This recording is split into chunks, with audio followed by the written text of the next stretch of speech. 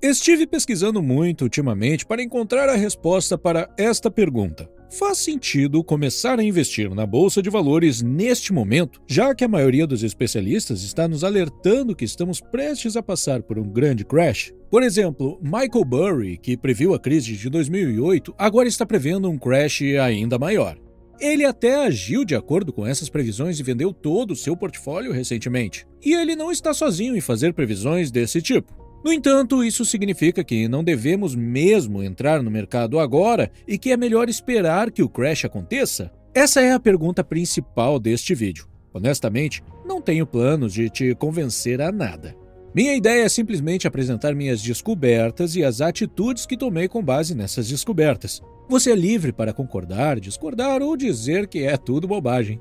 A maioria das informações deste vídeo vem do livro chamado Just Keep Buying, de Nick Maggiulli, ainda sem tradução para português, mas que podemos traduzir como Continue Comprando.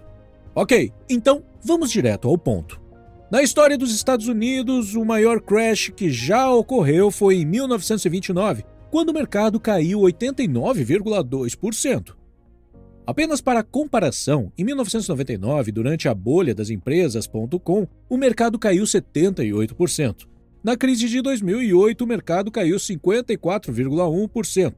Portanto, não é difícil ver que 1929 foi realmente o maior crash da história dos Estados Unidos. Agora, imagine que você caiu no ano de 1920 e precisa investir no mercado de ações dos Estados Unidos pelos próximos 40 anos. Você tem duas estratégias de investimento para escolher. Primeira, custo médio em dólar, DCA. Você investe $100 por mês no mercado de ações todos os meses durante 40 anos. Segunda, comprar na baixa. Buy the dip. Você economiza $100 por mês e só compra ações quando o mercado estiver em crise, como durante a crise de 29. Mas vou te tornar essa segunda estratégia ainda melhor. Você não apenas comprará durante a baixa, mas também terá superpoderes. Isso significa que você saberá exatamente quando o mercado estiver em baixa absoluta. Isso garantirá que, quando você comprar suas ações, pagará sempre o menor preço possível. A única outra regra neste jogo é que você não pode se desfazer das ações. Depois de fazer uma compra, você terá que manter essas ações até o final dos 40 anos. Então, qual estratégia você escolheria? DCA ou Buy the Dip? Logicamente, parece que não há como perder apostando em Buy the Dip. No entanto, se você fizer a simulação, verá que a DCA, custo médio em dólar, supera a Buy the Dip, compra na baixa, em mais de 70% das vezes. Isso é verdade, independentemente do fato de você saber exatamente quando o mercado atingirá seu ponto mais baixo. Como você pode ver neste gráfico, quando a estratégia Buy the Dip acaba com mais dinheiro do que a estratégia custo médio em dólar, fica acima da linha de 0%. E quando acaba com menos dinheiro do que o custo médio em dólar, fica abaixo da linha de 0%. O que você notará é que a estratégia Buy the Dip se sai muito bem no começo da década de 1920 devido ao grave colapso do mercado. No entanto, ela deixa de ser vantajosa após a década de 1930. Como você pode ver pelo gráfico, em mais de 70% das vezes a linha está abaixo da linha de 0%, o que significa que a estratégia Buy the Dip tem um desempenho inferior à estratégia DCA, cerca de 70% das vezes, apesar da sua capacidade divina de prever as quedas.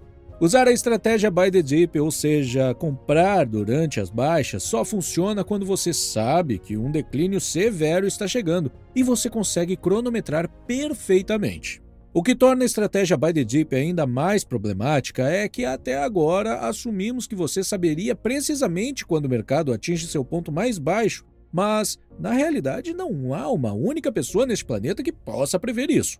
Por exemplo, se você errar por apenas 2 meses, ou seja, se você prever que o ponto mais baixo será em 1 mês, mas ele acontecer 2 meses antes ou depois, a taxa de sucesso da estratégia custo médio em dólar em relação a Buy the Dip aumentará de 70% a 97%. Então, mesmo que você seja relativamente bom em prever as baixas, você ainda perderia dinheiro a longo prazo. Se você tentar economizar dinheiro e comprar ações na próxima baixa, provavelmente será pior do que se estivesse comprando um pouco todos os meses. Por quê? Porque enquanto você espera pela próxima baixa, o mercado provavelmente continuará subindo e o deixará para trás. Outro problema com a estratégia Buy the Dip é que é muito improvável que você arrisque investir quando o mercado estiver caindo e todos estiverem em pânico. A conclusão do autor é esta: se nem Deus consegue superar a estratégia custo médio em dólar, por que você conseguiria? Como o nome do livro sugere, a longo prazo você estará melhor se continuar comprando, independentemente do que esteja acontecendo com o mercado. Você pode dizer, tudo bem, se isso for verdade, então por que Michael Burry vendeu seu portfólio em vez de continuar comprando? Aqui está um detalhe sobre Michael Burry. Ele não é um investidor de longo prazo. Sua estratégia baseia-se principalmente em encontrar apostas de curto prazo e ganhar muito de uma vez só. Se amanhã Warren Buffett fosse e vendesse todo o seu portfólio, isso significaria algo importante porque Warren é um investidor de longo prazo. No entanto, Michael Burry não é. E por causa disso, você terá mais vantagem se ignorar as notícias sobre a venda de seu portfólio. Como investidor de longo prazo, isso não significa nada para você. Neste ponto, pode ser que você diga, ok, o autor do livro me convenceu e eu gostaria de investir, mas qual estratégia de investimento devo escolher? Devo investir todo o meu dinheiro de uma vez agora ou distribuí-lo ao longo de 1 ou 2 anos? Para encontrar uma resposta, vamos fazer mais um experimento mental. Imagine que você foi presenteado com $1 milhão e precisa investir essa quantia. Você só pode realizar uma das duas estratégias de investimento possíveis. Você deve investir todo o seu dinheiro agora. Chamaremos essa opção de Lump Sum, LS, que significa algo como montante fixo, ou investir 1% do seu dinheiro a cada ano pelos próximos 100 anos. E já sabemos que chamamos essa estratégia de DCA, ou custo médio em dólar. E agora, qual você prefere? Se supusermos que os ativos em que está investindo aumentarão de valor ao longo do tempo, deve parecer claro que comprar agora será melhor do que a média em mais de 100 anos. Esperar um século para investir não parece bom para o seu poder de compra. Podemos pegar essa mesma lógica e generalizá-la para períodos muito menores que 100 anos. Porque se você não esperaria 100 anos para começar a investir, então também não deveria esperar 100 meses ou mesmo 100 semanas. Por exemplo, digamos que você tenha $12 mil e, novamente, precisa investir em uma das duas opções acima. Com a Lump Sum, você investe os 12 mil, ou seja, todos os seus fundos no primeiro mês. Mas com a custo médio em dólar, você investe apenas 1.000 no primeiro mês e mantém os outros 11 mil restantes em dinheiro para serem investidos em parcelas de 1.000 durante os próximos 11 meses. Visualmente, seria algo assim. Agora vamos voltar um pouco na história e fazer uma simulação para descobrir qual dessas estratégias de investimento teria melhor desempenho em um período de 24 meses, começando em 1960 e indo até 2018. No gráfico ficaria assim. Quando a linha do gráfico fica abaixo do limite de 0%, esses são os períodos que a estratégia custo médio em dólar tem desempenho inferior à estratégia Lump Sum. E quando está acima, a supera. Se você notar, na maioria das vezes o gráfico está abaixo da linha de 0%. Visualmente é bastante claro que a estratégia Lump Sum, ou seja, investir tudo de uma única vez, é uma estratégia mais lucrativa na maioria das vezes. E em termos de números, aqui estão os resultados.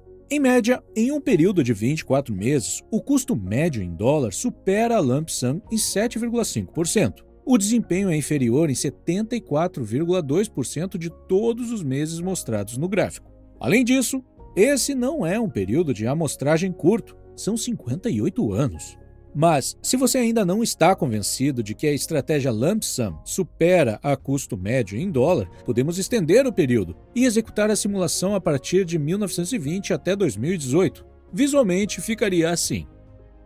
E em termos de números, a Lump Sum supera a custo médio em dólar 68% do tempo, mesmo em um período de amostragem tão longo. O único momento em que a estratégia custo médio em dólar supera o desempenho da Lump Sum é nos períodos imediatamente anteriores aos colapsos dos mercados, como em 1929, 2000, 2008 e etc. Isso acontece porque a DCA está comprando em um mercado em tendência de baixa e, portanto, conseguindo preços médios mais baixos. E quanto a outros ativos que não sejam ações?